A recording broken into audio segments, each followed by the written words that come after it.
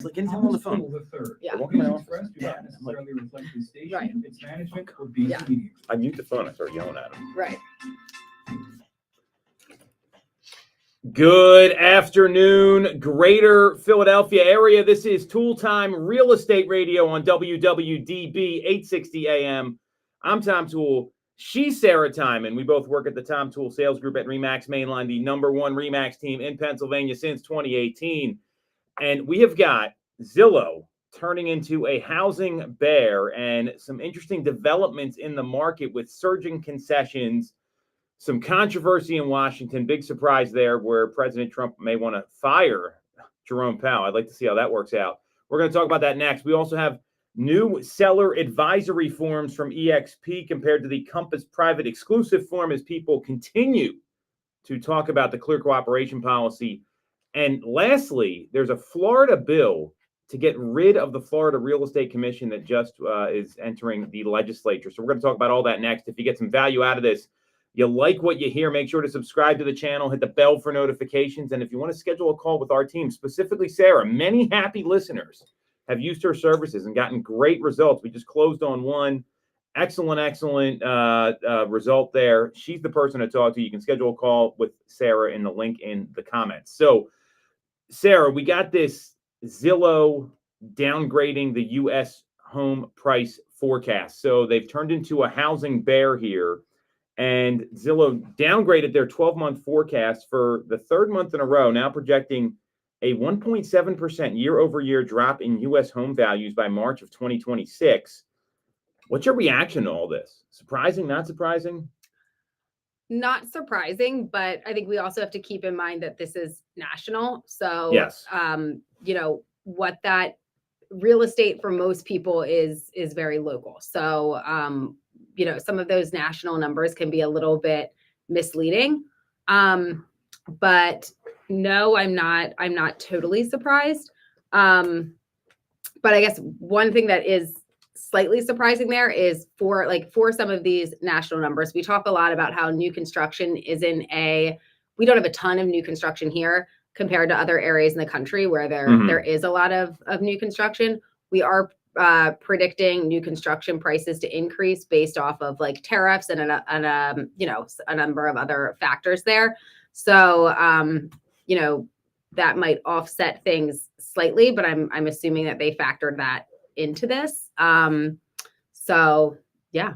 I would imagine they did. And Resi Club, they put together kind of like a heat map here. I just dropped it in the show sheet for you. And what they're showing is they use like a dark red to a dark blue, and it reflects what prices are going to do. And when you get like a beige color, like the peach curtains your mom used to hang up, we had a lot of peach in our house. That's why I'm talking about this. That's kind of like a 0% appreciation. So there's some hot spots here like New Orleans, Austin, some places along the Sun Belt, as well as in California, where we're seeing there's going to be more of a decline in home price change. And then the Northeast is pretty much level. I mean, you might be seeing, New York, the 12-month price forecast is negative 2.4%. Philadelphia is negative 1%. So they're flat. I mean, that's really what the numbers are here. The bigger thing I'm seeing, my takeaway from this is not so much that this is a surprise, but that the market's slowing down a little bit.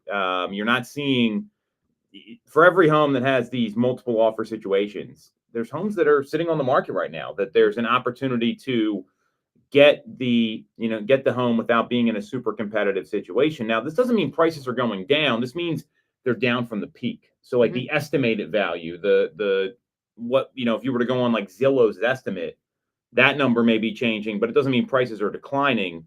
And, I think this is notable. Skylar Olson, the chief economist for Zillow, said that more sellers came out to test their luck as rates ticked down in March, but home sales did not keep up. Buyers, especially first-timers without equity to put into their down payment, continue to struggle with affordability and now are facing even higher levels of uncertainty. A turbulent economy likely weighs more heavily on first-time buyers than more firmly established sellers.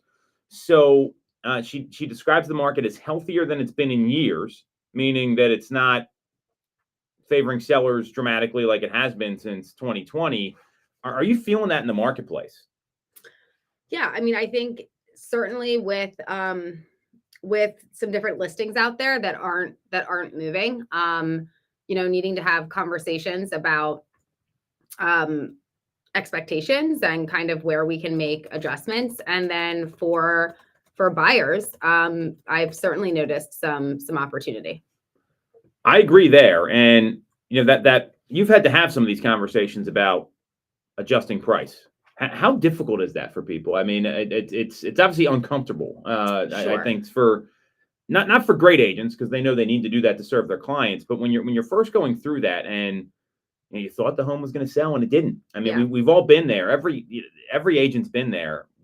What's your mindset going into those conversations now, and how are you breaking them down? Because this is something that sellers aren't used to hearing, and their expectations, like we talked about last week, most of them think their home's going to sell for the asking price. Right. So it can go a couple different ways. If it's one that we've had the listing for a while, it's not usually an out of the blue call for me where I just say like, okay, I think we need to do a price adjustment. It's usually something that we've like touched on leading up to it. And there are things that we can point to show that, whether it's, views that aren't translating into showings, or showings that aren't translating into offers, or showings where the feedback specifically says overpriced. Those are things where it's like, listen, the market determines the price. So, and maybe both the seller and myself did expect it to go where we had listed it at. But if we're not getting that offer, at that point, the market is rejecting that price. And at that point, you've got a couple different options. You can hold out and wait for the right buyer to come in if you've got the time, if you can carry it. It all depends on your situation. In those situations, there's things pointing to why we need to do this. There's data that you can give them. And I would have kind of touched on this with like, hey, this isn't something we need to do today, but like, let's give this another week and then, see what happens here. For properties that, going into the listing that they're priced a little aspirational, I like to have the conversation at the time, and the seller is in the driver's seat. They get to, if they want to list at a certain price, I just want to have that conversation with them up front that, yeah, let's test the market. Let's go for it. But if we're not seeing this, and this, we need to be prepared to do an adjustment, within like a week or so that we're not wasting a lot of time. And we're not losing that momentum that you typically get when you first come to the market. So I think if you like set the stage right, it takes some of the sting out of it.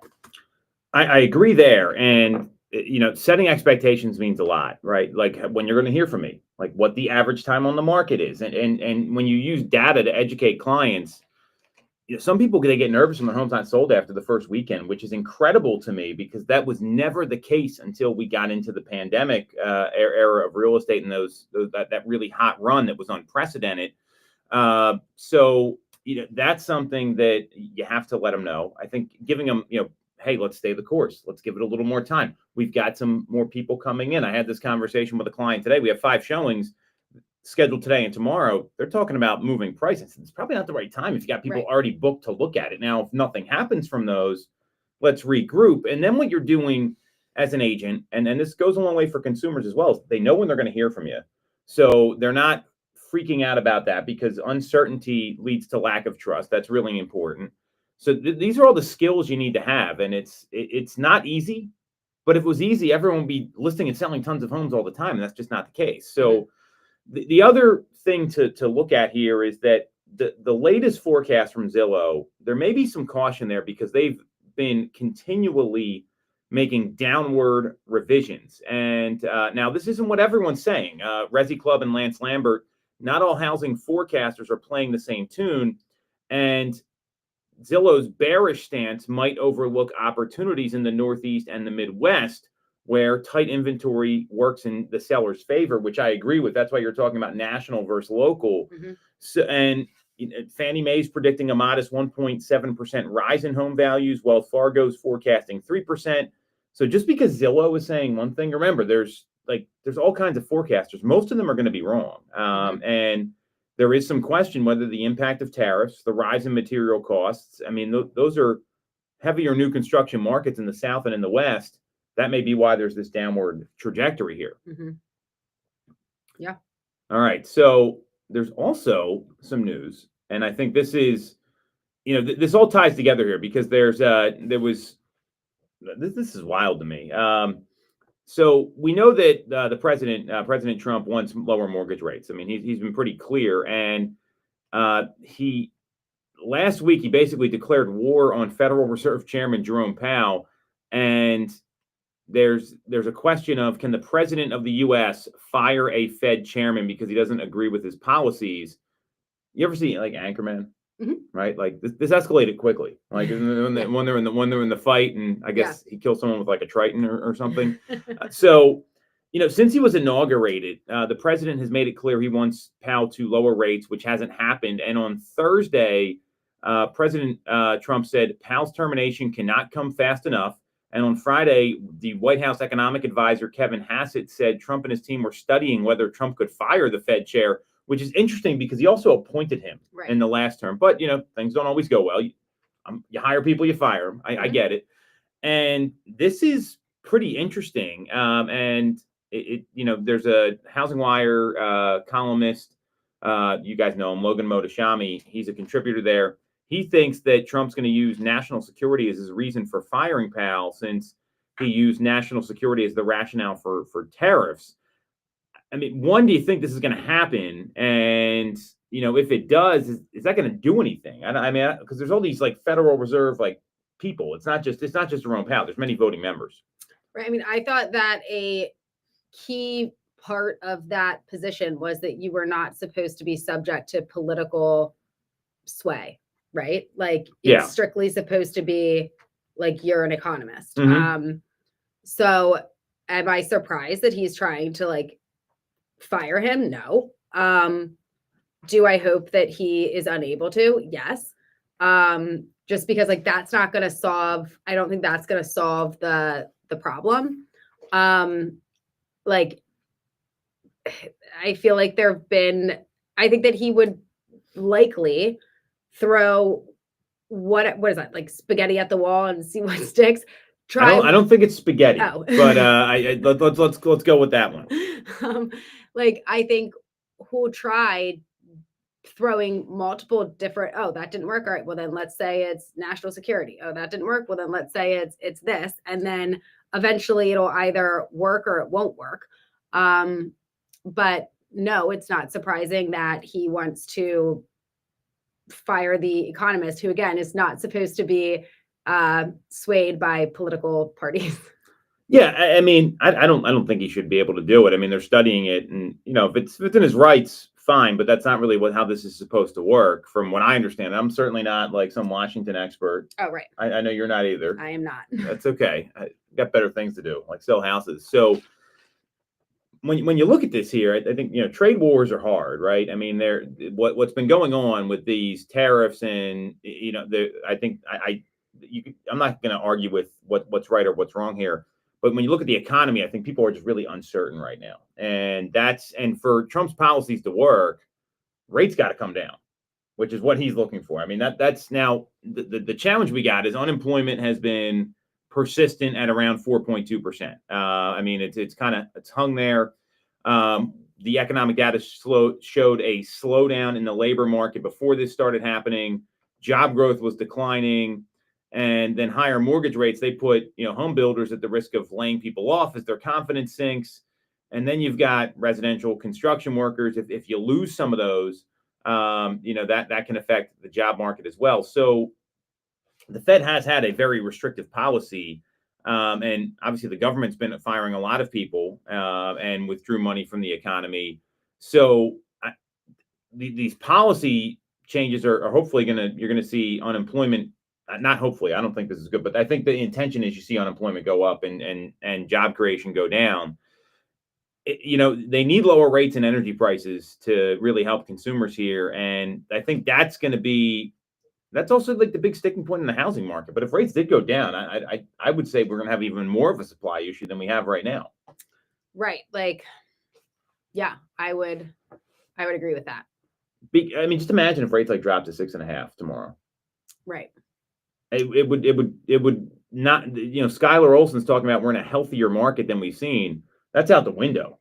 So I think Yeah. that's a real challenge here. So I don't know if this is going to be a good thing, but I know why the president's trying to do that. And then, to boot, I think the third point here is that when you look at the deal information, there was an article on Inman where they talked about what happened in the first quarter of 2025 with seller concessions. So this has to do with people like trying to sweeten the deal, or like you give a credit, you offer inspection repair credits, those sort of things.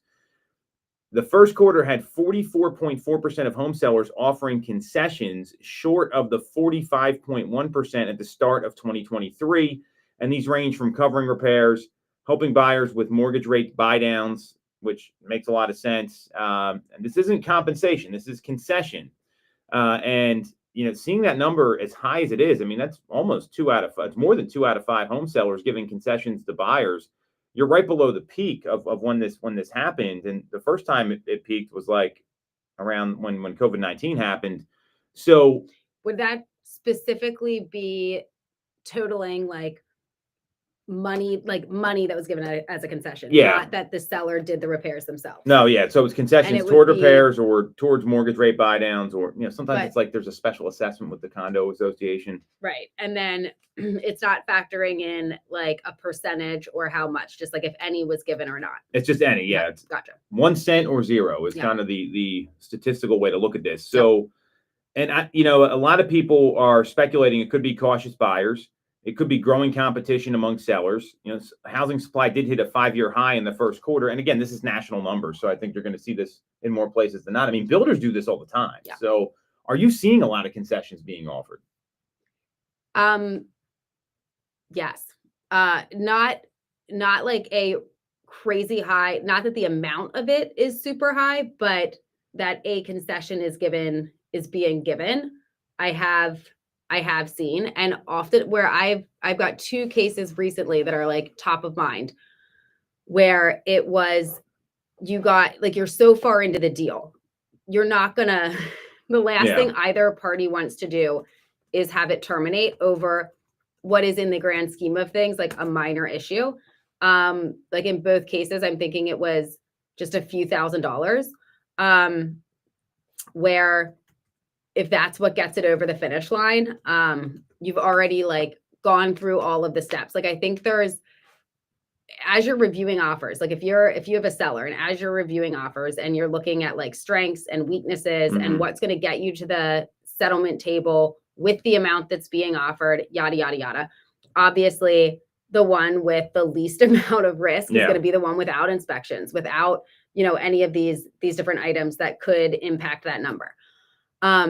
Once you've accepted an offer and you've gotten through, the inspections and you've negotiated things out or whatnot, or you've just gotten so close to it being done, you're a lot more likely to be willing to give a small concession to get this done versus like to start all over. I agree with that. And that's probably a smart seller, because once you get down that road and you're like weeks away, I mean, there's carrying costs involved. There's risk involved. If you already moved out, you have to deal with like vacancy insurance, which is a whole problem. Right. So, or even like final walkthrough things that come up. Yeah. I mean, that's like you're within a week, you're within days, sometimes it's the next day. Of course. Yeah. That like, you just want to work it out. Well, that's the pragmatic thing to do, because a lot of times you got to deal with these issues if they don't buy it anyway, which a lot of folks don't think of. So the markets where we saw the largest increase were, I don't think there's any surprise here, Seattle, Portland, Oregon, Atlanta, Georgia, San Diego, Denver, LA, San Antonio. Philadelphia was on the list. I mean, and if you look at the 2024 to 2025 change, looking at this chart here, it looks like it was around like 23%. And this is just based on the chart here. It looks like it's probably up a few percentage points. So we are seeing this more, and there's affordability is a real issue for a lot of folks, which I think is the reason why you see people like Zillow saying that, hey, we might need to downgrade the forecast. Now, I don't agree that we're going to see prices go negative. I don't see that happening at all. That's a national number. And a lot of these indicators, I mean, you look at single family permits, single family start. There's a lot of data here to digest. So rather than getting all that, I think you're going to see some people that are going to be a little more bullish. Some are going to be a little more bearish. The point is the market is changed a lot than where it was 2-3 years ago. And that's what you really need to keep in mind as a seller when it comes to pricing your property. You know, I think it's all the more reason to get the price right from the beginning instead of that aspirational strategy. Yep. And a buyer, I'm looking at days on market. That is like the best indicator out there to see if you can maybe do a little better on something. So it's gonna really help you identify where the opportunities may be in the market. Yeah, for sure. All right, we're gonna take a quick break. We're gonna come back. We're gonna talk about more clear cooperation. These forms are very interesting. I don't know if we were supposed to get copies of these forms, but we got them. We're gonna talk about them. EXP's seller advisory form versus the Compass private exclusive form. And a wild card that nobody's talking about yet next on Toole Time Real Estate Radio on WWDB 860 AM. Local mortgage service and great rates on your money, look no further than Mortgage America. We've been operating in the greater Philadelphia area for 40 years with a focus on smooth, easy access to home purchasing. Whether you're a first-time buyer, upsizing or Maddie's downsizing, doing or just refinancing, 1 mile fun run at the closing beach cost this assistance weekend. programs Which and beach? access to subsidized interest rates. Yeah. Like somewhere near like Wildwood. No, it's probably like Wildwood Crest or like Cape May or Avalon. Yeah. There's like a brewing company that like. Oh, well, it's the Avalon. Is it the Like a- Avalon Brewing Company? No, it's Mud like Hen or something? Yes. Yeah, that's like Mud right when you pull in. Bridget's cousin lives in Wildwood. Yeah. So My- immediately bought the. You ever been to the Whitebriar?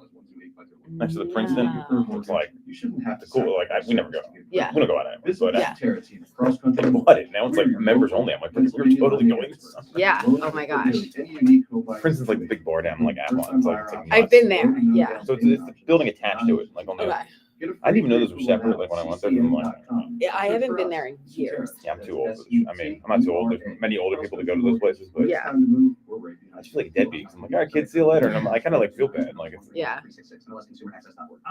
wait till Maddie gets taller, then well, you're pretty tall. But when you become human size, it's changes things. Yeah. He was going away for like 5 days. Oh, really? State championship for TSA. It's not airport security. It's Technology Student Association. Okay. He told me I'm at TSA. I'm like, you're in the airport security? He's like, Dad, what are you doing? I feel so bad. Like, I mean, it's like, Average like, 30 I don't plus sales. Yeah. Even Parent our guilt. brand new agents Yeah. average Brim was 17 tackling me to when we sent you 24 your sales birthday. a year.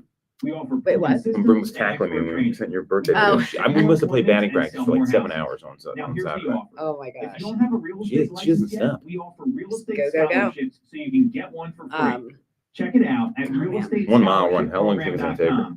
I mean, I have a feeling. So my cousin has a daughter who's like 6 months older than Maddie, so they're gonna do it together. I have a feeling like Eric and Tom will have like the kids on their shoulders, like at some point. But it'll be flat, so The weather's supposed to be nice this weekend. Good. Like it'll be flat, like it's at the beach, so it'll be flat, so that's good. Yeah. Like chugging.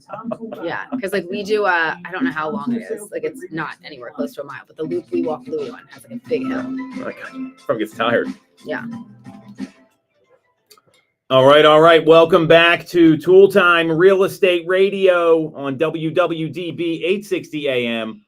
I'm Tom Toole. She's Sarah Time, and we both work at the Tom Toole Sales Group at RE/MAX Mainline, the #1 RE/MAX team in Pennsylvania since 2018. And we are talking about these new forms that are coming out, the very two-sided debate about clear cooperation.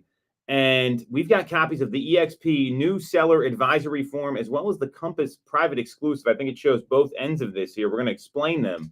So if you're a consumer listening, I'd be paying attention so you know what you're getting into. If you get some value out of this or you like what you hear, make sure to subscribe to the channel. Click on the bell for notifications. And if you want to schedule a call with Sarah specifically about whether you should pre-market your home or not, or what all this stuff means, you can do that with the link in the comments. So I think we're pretty clear about this clear cooperation stuff, that seller choice is the best way to go. Now, what I get a little nervous about is that you have these forms. So EXP, they're a cloud-based national company. They have this They have a growing seller toolkit, and it's an open source seller advisory form. And what this form does, it basically just explains the risks of like going on the MLS and not going on the MLS. And it's a one-page form. It talks about the downsides of withholding listings from major portals, specifically Zillow, after their announcement last week. And they number them: limited buyer exposure, financial risk, longer time on the market, no public portals. This reminds me, if you looked at the form, it's kind of like that the new policy disclosures, the NPC disclosures. It says like all the four big changes. And I think it's very educational, makes a lot of sense. But then you got this other form from Compass, and this was posted in the Lab Coat Agents Facebook group. That's how I got a copy of all this. And Compass has this addendum to listing agreement, and it's the Compass 3-phased marketing strategy. And they talk about it, which gives you multiple opportunities to make a first impression prior to your property being offered to the MLS if you choose. And then they break down the Compass Private Exclusive, which markets your property privately to Compass agents and their clients. The Compass Coming Soon, which markets your property publicly on Compass.com in compliance with MLS rules, and then listing through the MLS. And I read through these forms. I don't know how much you read through them. I mean, it looks like there's two very different approaches here. What do you think about all this? So Compass is like stages there, saying like we want to start you with private exclusive, and then you go to Compass Coming Soon, and then you go to publicly advertising on the MLS. So they actually says right on the form here, I authorize Compass to list my property. I understand that by listing the property as Compass Private Exclusive, the property will not be publicly advertised through the MLS, but will be available to Compass agents who can share the listing directly with their clients. Then they have Compass Coming Soon, which is I authorize that by listing the property as Compass Coming Soon, the property may not be available on the MLS during that period, but will be available to anyone on Compass.com. I understand that pursuant to local MLS rules, Compass can publicly market the property without including digital ads and newsletters in this phase. And then they have to initial, I understand I can instruct Compass to submit my property to the MLS at any time I wish. And explains like by not listing on the MLS, it's not distributed to other brokerage firms and other public websites, which could reduce the number of potential buyers who can learn about the property during any off MLS phase of the marketing. I mean, it's basically like a CYA with these 3 phases. Okay, but it's select one, not we. Well, start I think here, you have here, to go through all 3. I mean, I don't know. I mean, I don't see a lot of value in this to sellers unless they've got like a privacy you think it's issue. You initial all of them, and this is our. It says please select the options or option. Gotcha. Singular and plural below to instruct Gotcha. Compass what they want to do. So, Gotcha. it looks like the illusion of choice to me. Right. So you got this form, and then you got the EXP form, which says limited buyer exposure. A large pool of qualified buyers may never learn about your property or may never learn that your property is listed for sale because your property has not been given full market exposure. With reduced market exposure comes reduced visibility. With reduced visibility comes reduced demand for your property. Financial risk. Limited market exposure may and likely will result in reduced competition for your property, and reduced competition means that you lessen your chances of receiving the highest sale price and best terms. Longer time on market. In many markets, residential properties listed with limited market exposure tend to stay on the market longer than those given full market exposure. This reality may adversely impact or otherwise frustrate plans to sell your property for the highest price and best terms within the shortest period of time. No public portals. Withholding your property listing from public portals such as Zillow, Realtor.com, Redfin, and Homes.com may reduce its visibility, limit the pool of potential buyers, and negatively affect your chances of achieving optimal sales terms and net proceeds. It's like, what do you you're seeing these, I'm guessing for the first or second time here. What's your reaction to both of these forms? Yeah, well, I mean, I think obviously Compass wants you to do the private exclusive, EXP doesn't. So yeah, I get that. Yeah, for sure. I mean, yeah, I mean, I think like everything else, it's all on how they position things. Now, I would be curious for Compass if they're going to have to update or have like an asterisk or something there specifically stating that if they go with either option 1 or 2 and they don't go straight to option 3, which is not doing the exclusive, that they will no longer be able to be on Zillow. Yeah, see, that's what I don't know. when I look at these forms, EXP looks like a disclosure. It's very similar to the MLS disclosure we have and the new PAR agreement. It's not an agreement; it's a disclosure about the changes with the NAR settlement stuff, and the policy stuff. Very clear and straightforward. Compass looks like, hey, this is the reason why this marketing plan works. Right. And it's more of a sales pitch than a disclosure. Like, I'd love it to say here, if I'm a consumer, I want to know if I'm on Zillow or not for the most part. And it doesn't really say that here. It says other public sites. You go on EXPs, they name them all. Right. Like they're talking about Redfin. That's a competing brokerage, right? Yeah. I mean, Zillow could be, some people view it as a competing brokerage, even though, there's a lot of EXP agents that have relationships there. Like, I'd almost think that they would need to, for transparency, which if all of these are supposed to be about transparency, that there should almost be a spot to initial that says, if you go with option 1 or 2, you will not be on Zillow, even if you then go to option 3. Like, because if you're breaking down pros and cons, which they they did have a spot to initial that says that like your exposure won't be there or whatever. It's like they're giving like a little bit of like a, hey, there's a little bit of a risk here, or like whatever, initial here. If they're giving you a little bit of that, but then not fully giving the implications of it, that's like sneakier than not even having an initial section. Well, I tend to agree. And so James DeWiggins, he's the co-CEO of NextHome, and he's been in real estate a long time. NextHome's a large brokerage. So he came and I love these comments, right? First comment, it's highlighted right at the top. It's 64 likes. This is a big Facebook group. One is a sales pitch for a 3-phased marketing plan pushing off MLS deals. The other is a disclosure about the risks of being off the MLS. The end. Yeah. I think that sums it up pretty well. A lot of people like that. And then some of these comments are a little crazy. I'll get into them in a second. There's going to be like a lawsuit here that happens. Now, it's not going to involve us. I mean, that's the NAR one involved everybody. When people have sour grapes and they feel like they lost money or they were taken advantage of, they're gonna get sued. Now, I wouldn't be surprised if there's some lawsuit and you only need 2 people to make it a class action suit that feel like, hey, I got screwed with my proceeds because I went off MLS. And if that happens, this could all go away very clearly. Why I like EXP's form, it's very clear. Here's the risks. Like that's gonna, the people at EXP are pretty smart, and the people at Compass are smart too.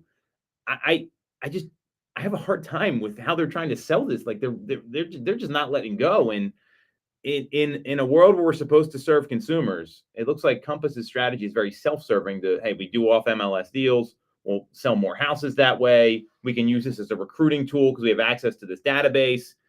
That's what it sounds like to me. Right.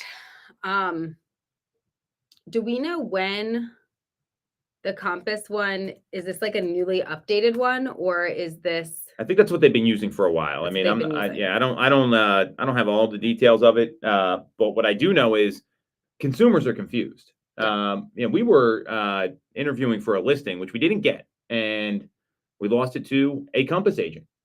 And this story broke like the next day, and all these people talked about is it was an expired listing. Hey, I want to make sure we have the right marketing exposure. I want to make sure we get the best exposure. Our last agent didn't do anything. And then this comes out and they're like, oh, we're going private exclusive. We're doing this. And I said, you need to read this story. Yeah. Right. And what the seller told me was, had we known this was going to happen before we signed this agreement, this all happened within a couple of days, we would not have hired the other agent.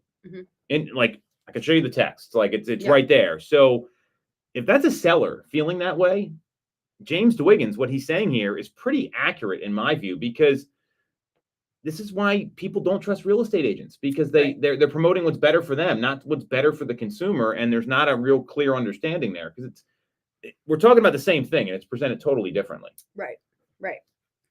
It almost seems as though like the seller advisory form would be more necessary for Compass to like be handing out like literally that form, versus like the one that they do. I'll tell you, this is we're gonna have this form at some point. Like this is going to happen. I'm pretty clear on that, and it's frustrating. I mean, because I think some sellers don't know what they're getting into in a lot of cases, and we know that over 71% of sellers hire the first agent they meet with. So you can get someone really competent, that meets with them, and this is what they're doing.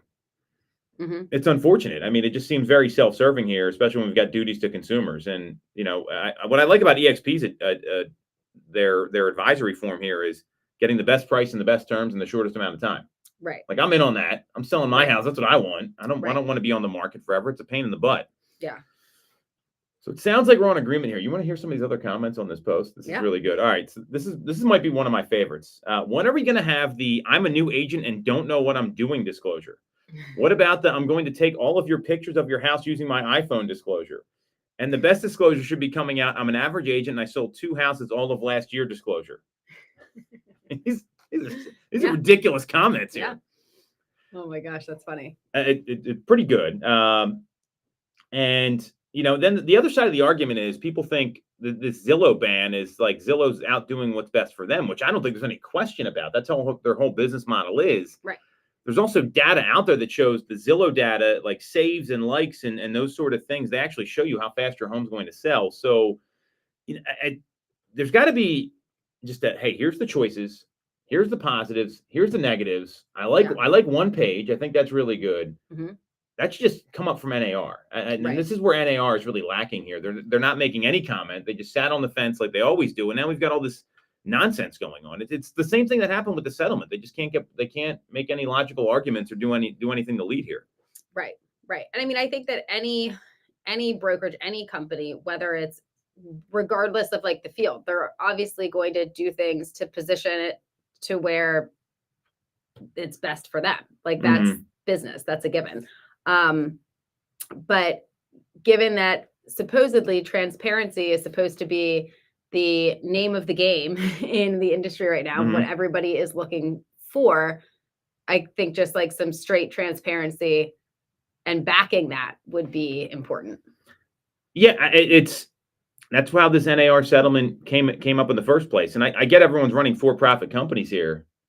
When you're supposed to be serving the consumer, like service is one of our core values, and it's serving our people and serving our clients. And if you do right by the consumer, usually good things happen. Like think about the calls you get. You just took a listing. It was a referral from somebody, and you know why you got that listing?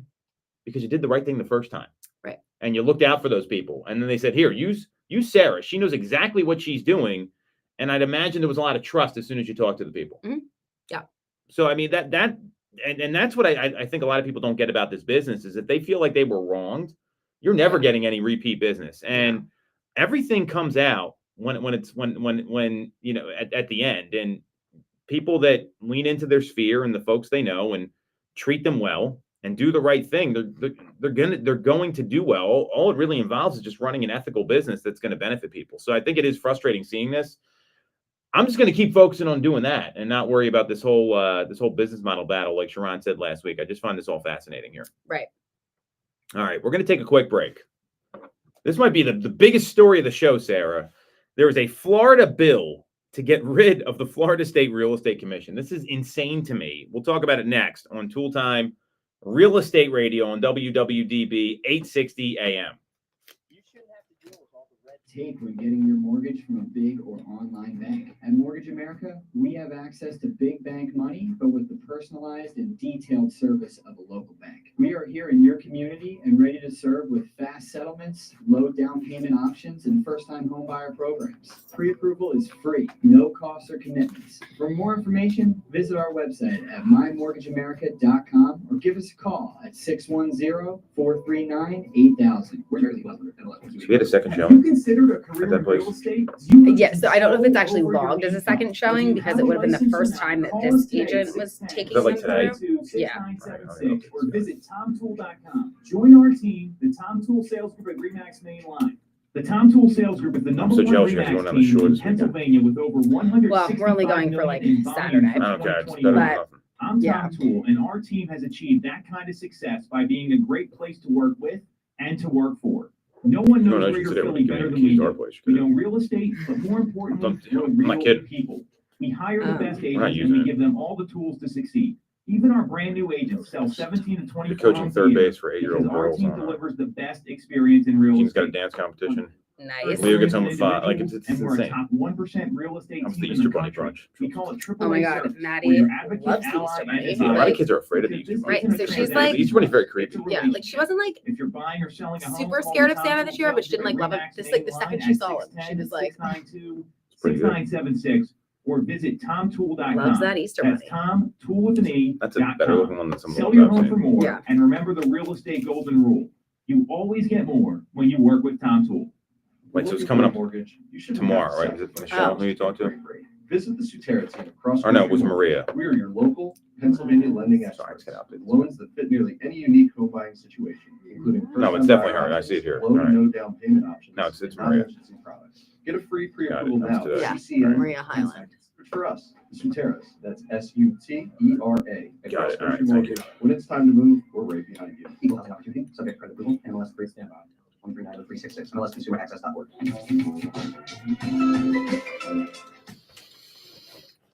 Welcome back to Toole Time Real Estate Radio on WWDB 860 AM. I'm Tom Toole. She's Sarah Timon. We both work at the Tom Toole Sales Group at Remax Mainline, the #1 Remax team in Pennsylvania since 2018. And we are talking about this bill in Florida. I mean, Florida's got some crazy laws in Right. general. No income tax, like sign me up for that. But Florida's got some wild laws. Sure. And this bill coming out, it could shut down the state's real estate commission and shift its powers to a state agency. It's House Bill 1461. We're going to talk about that and what the repercussions could be. So if you get some value out of this or you like what you hear, make sure to subscribe to the channel, hit the bell for notifications. And if you want to schedule a call with our team and talk to Sarah specifically, she is an absolute pro. Hundreds of happy clients. You can reach her by clicking the link in the comments. So this bill is just wild to me. This is happening. So it was introduced by Representative Michael Yarkowski on February 28th. And this is typical with politics. No mention of the Florida Real Estate Commission when the bill's written. But then it all changes on April 7th when there's a 389-page amendment, right? Like, Jesus. I mean, I don't read books that long. Right. Yeah, I mean, that's, and it added to eliminate the FREC, the Florida Real Estate Commission, entirely. It passed its first committee hearing on April 9th and advanced to a second one on April 16th. And they need one more committee vote before it moves to the House floor. And of course, NAR has said nothing. Surprise, surprise. So what the bill would do, they would abolish most professional boards and commissions operating under the Florida Department of Business and Professional Regulation, including the Real Estate Commission.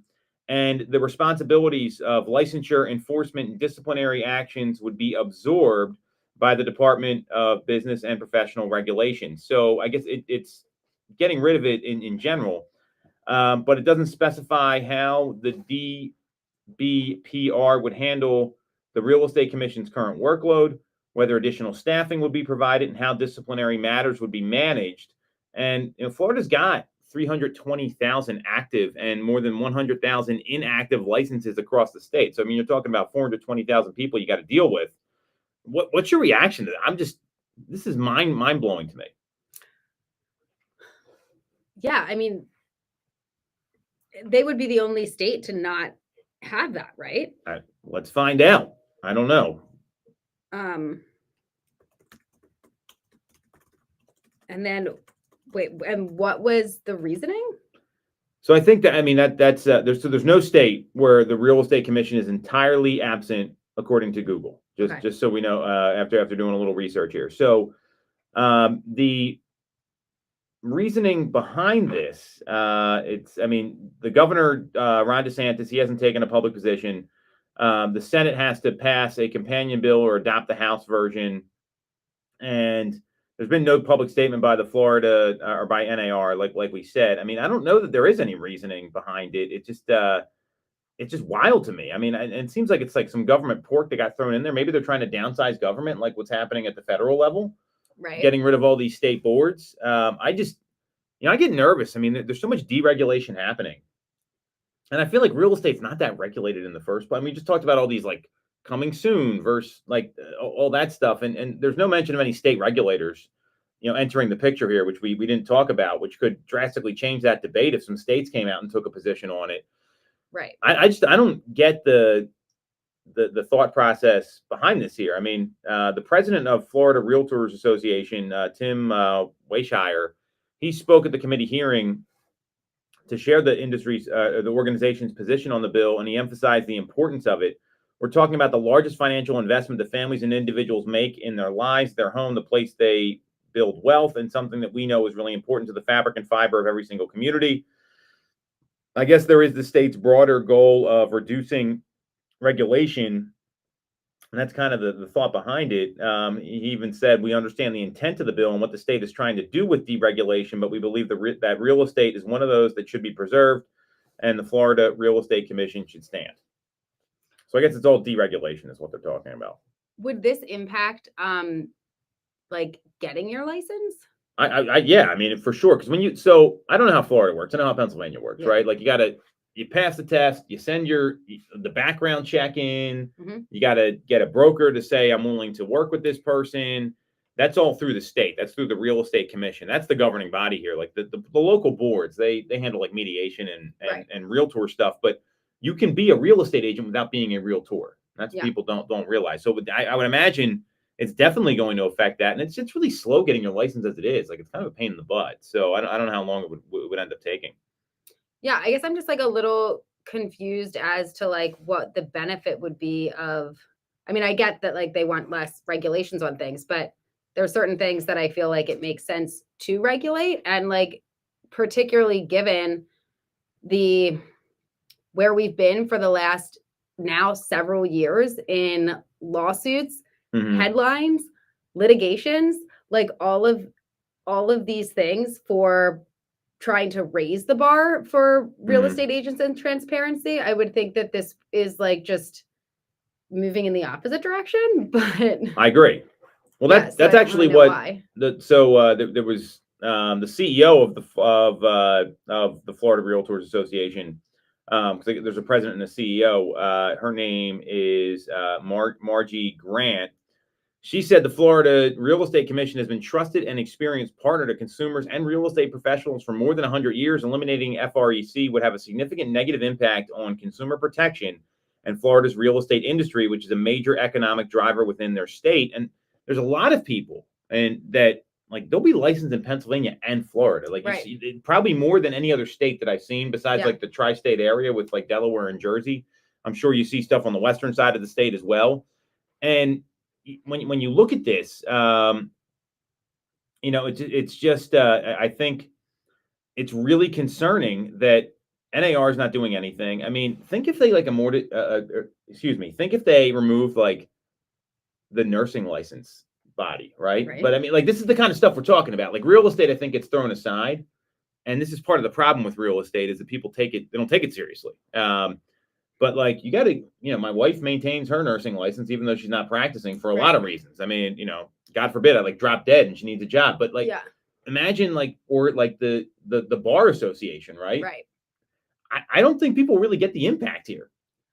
I'm almost wondering if there is some piece of it that is thinking about climate change and some type of regulation there for like what would be required. I haven't like formulated this all in my head yet, but do you need a tinfoil hat for this? Yes. Yes. Yeah. But hurricanes obviously impact Florida every year, more and more so.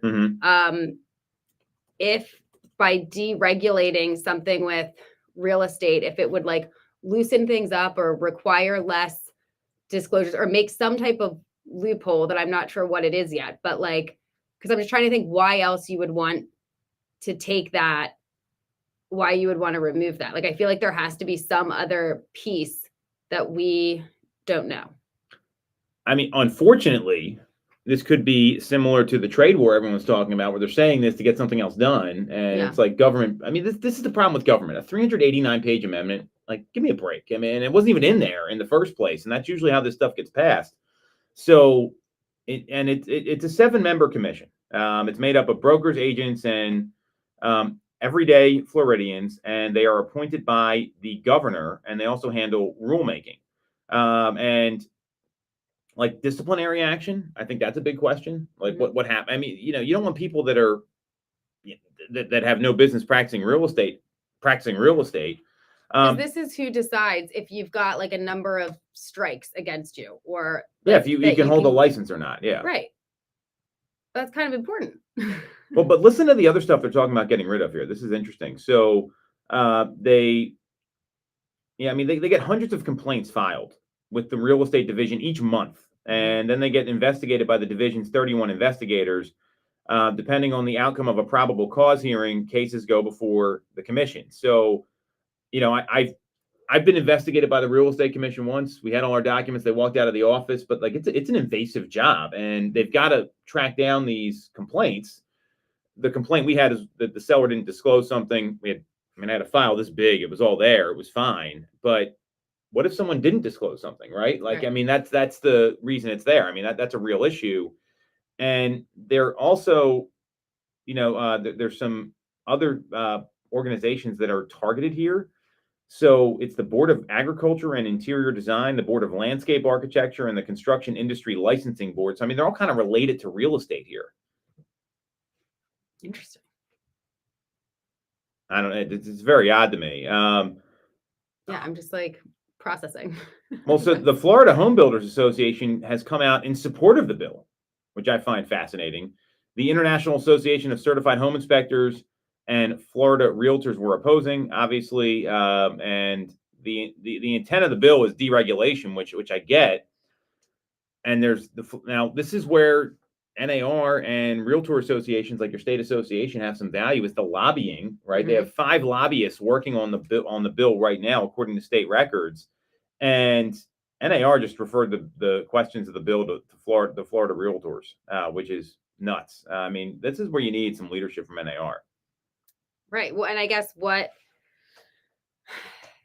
would then prevent other states from following suit? Well, so Florida is an extreme state with some of its law. They have crazy laws down there. Yeah. With gun laws and other stuff, Yeah. and not good or bad. They're wild, right? Yeah. I don't see Pennsylvania ever doing that. Right. I wouldn't be surprised if there's some other states that maybe think about it.